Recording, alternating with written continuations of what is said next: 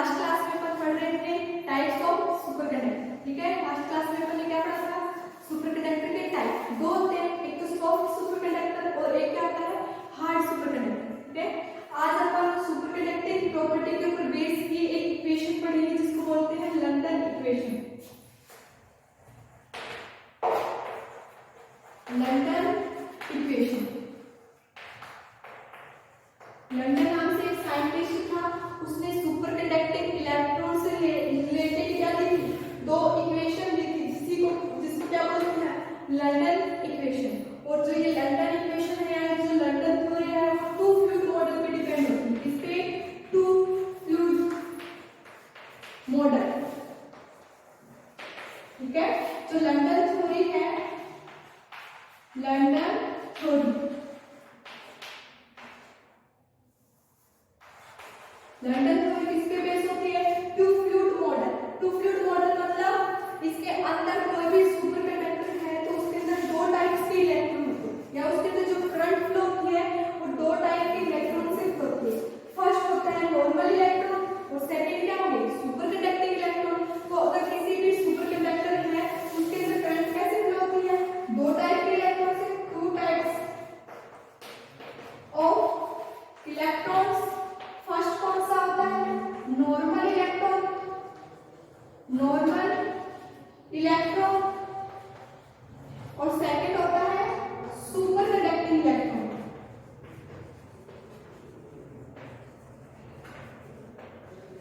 Superconducting electron, ठीक है। तो अगर अपन कोई भी सुपरकंडक्टर के अंदर देखें तो उसके अंदर अगर करंट फ्लो हो रही है तो किसकी वजह से होगी, नॉर्मल इलेक्ट्रॉन की वजह से भी होगी और सुपरकंडक्टिंग इलेक्ट्रॉन की वजह से भी होगी, ठीक है। मान लो अपन एक सुपरकंडक्टर देख रहे हैं, उसके अंदर नंबर ऑफ डेंसिटी है नॉर्मल इलेक्ट्रॉन को, तो n ऑफ n से डिनोट करते हैं। n ऑफ n क्या है, number of density, density of number of normal electron, और ns क्या है, density of number of superconducting electron, ठीक है। मान लो इसकी टोटल डेंसिटी कितना है, let total density of material is equal to क्या है, 1। तो वो कितनी हो जाएगी, ns plus nn equal to क्या होना चाहिए, 1। ns मतलब डेंसिटी ऑफ सुपरकंडक्टिंग इलेक्ट्रॉन और nn क्या है, डेंसिटी ऑफ नॉर्मल इलेक्ट्रॉन, ठीक है। ns क्या डिफाइन कर रहा है, density of superconducting electron, superconducting electron, ठीक है। और n of n density of normal electron, normal electron, ठीक है। सुपरकंडक्टिंग और नॉर्मल इलेक्ट्रॉन की क्या है, डेंसिटी, और टोटल सिस्टम की डेंसिटी अपन कितनी मानते हैं, 1। तो डेंसिटी क्या हो जाएगी, ns plus nn is equal to 1। अगर अपन डेंसिटी और टेम्परेचर के बीच में ग्राफ ड्रॉ करें, इधर तो मैं क्या ले रही हूं, डेंसिटी किसकी, normal electron and superconducting electron की, और इधर मैं क्या ले रही हूं, टेम्परेचर जिसको T से डिनोट करते हैं। एक पर्टिकुलर सुपरकंडक्टर तो एक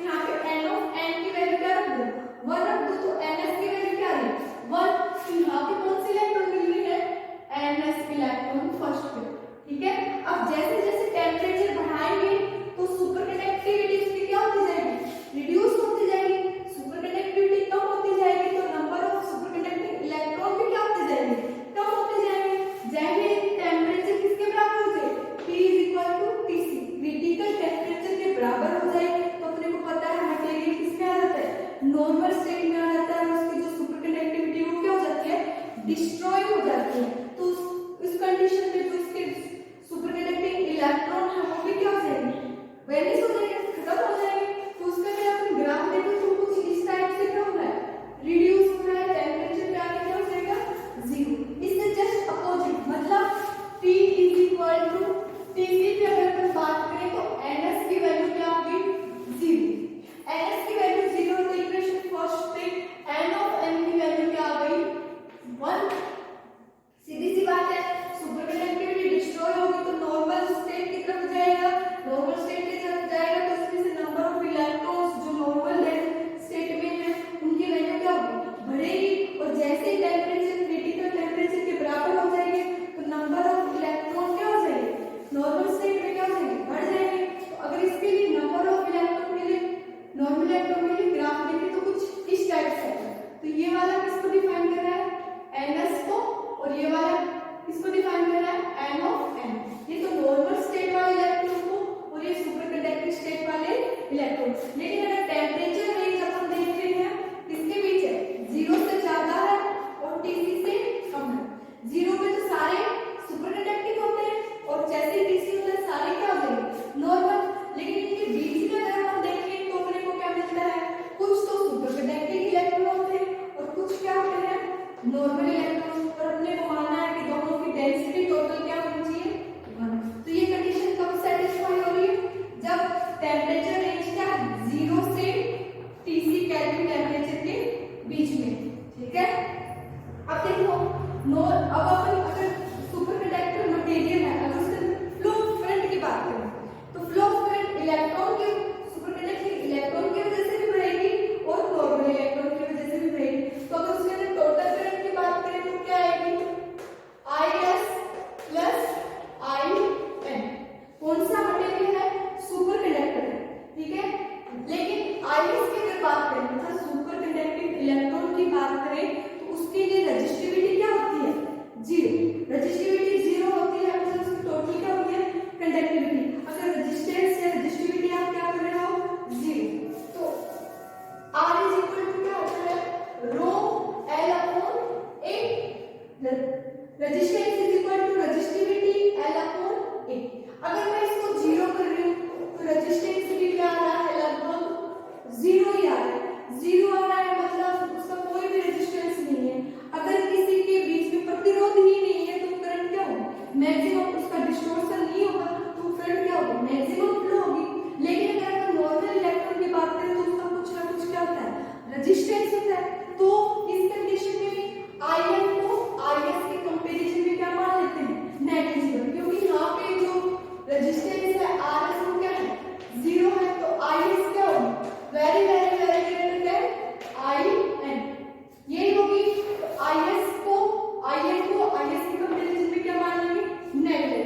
तो अगर अपन टोटल करंट की बात करें तो किसकी वजह से फ्लो होगी, सुपर कंडक्टिंग स्टेट में Is, सुपर कंडक्टिंग इलेक्ट्रॉन की वजह से ही क्या होगी, फ्लो होगी, ठीक है। अब देखो वो करंट कितनी फ्लो होती है और उसकी करंट डेंसिटी क्या होती है। नेक्स्ट अपन क्या देखेंगे इसमें, तो उसकी करंट डेंसिटी क्या होगी।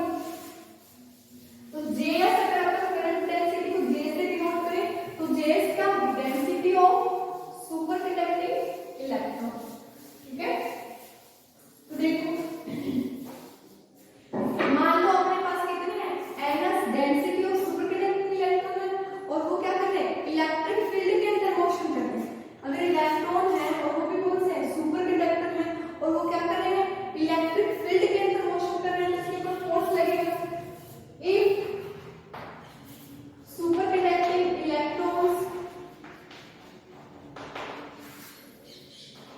आर मूव इन या moving in external electric field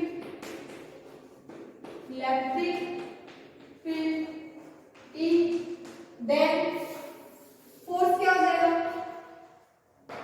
then force on this particle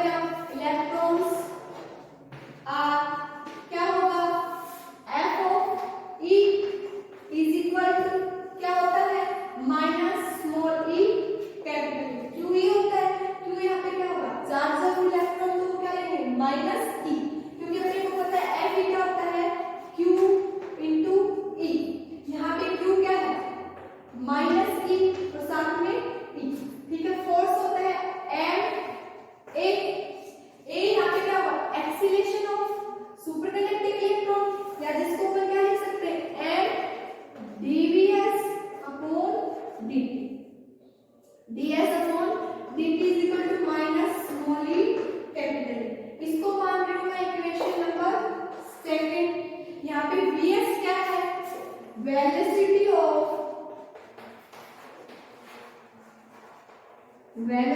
of super conducting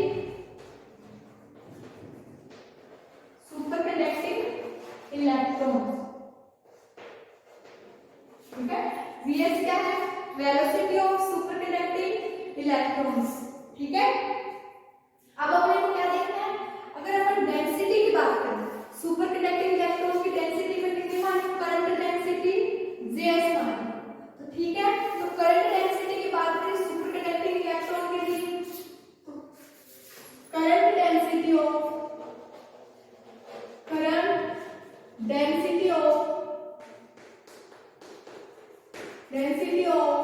super conducting electrons are क्या है? Js। दैट इंप्लाइज Js अगर अपन लिखे तो क्या होगा? Vs ns साथ में E। E क्या होगा? चार्ज और इलेक्ट्रॉन है तो माइनस आ जाएगा, माइनस Vs ns E। ये क्या आ गई? Density of super conducting electron. अगर मैं इसका टाइम के रिस्पेक्ट में डिफरेंशिएशन करूं तो take differentiation with respect to time, तो क्या आएगा? देखो, take differentiation with respect to t, that implies क्या आएगा? dJs अपॉन dt, और ये क्या आ जाएगा? Minus d upon dt nsE Vs, ठीक है। ns क्या है? डेंसिटी ऑफ इलेक्ट्रॉन, जो कि क्या है? कांस्टेंट। E क्या है? चार्ज। ये भी क्या है? कांस्टेंट। तो डिफरेंशिएशन किसका होगा? ओनली वेलोसिटी का। तो dJs अपॉन dt की वैल्यू क्या आ गई? Minus nsE dVs upon dt। इसको मान लो इक्वेशन नंबर 3। जो इक्वेशन सेकंड है वो वेलोसिटी की इक्वेशन डिफाइन करना है, तो बाय इक्वेशन सेकंड से क्या होगा? By equation second upon dVs upon dt को क्या ले सकते हैं? Minus small e capital E upon m। इसके अंदर पुट कर देंगे, पुटिंग दिस इन इक्वेशन 3। तो इक्वेशन 3 क्या हो जाएगी? देखो, dJs अपॉन dt क्या आ जाएगी? dJs अपॉन dt या जाएगी माइनस nsE, और ब्रैकेट में ये क्या आ रहा है?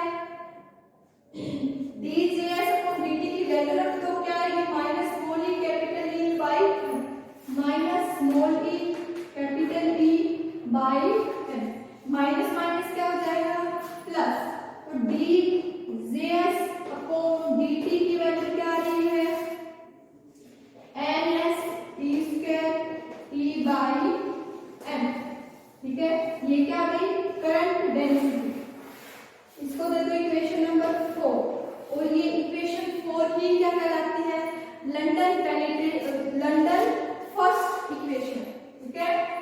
This equation is called London first equation.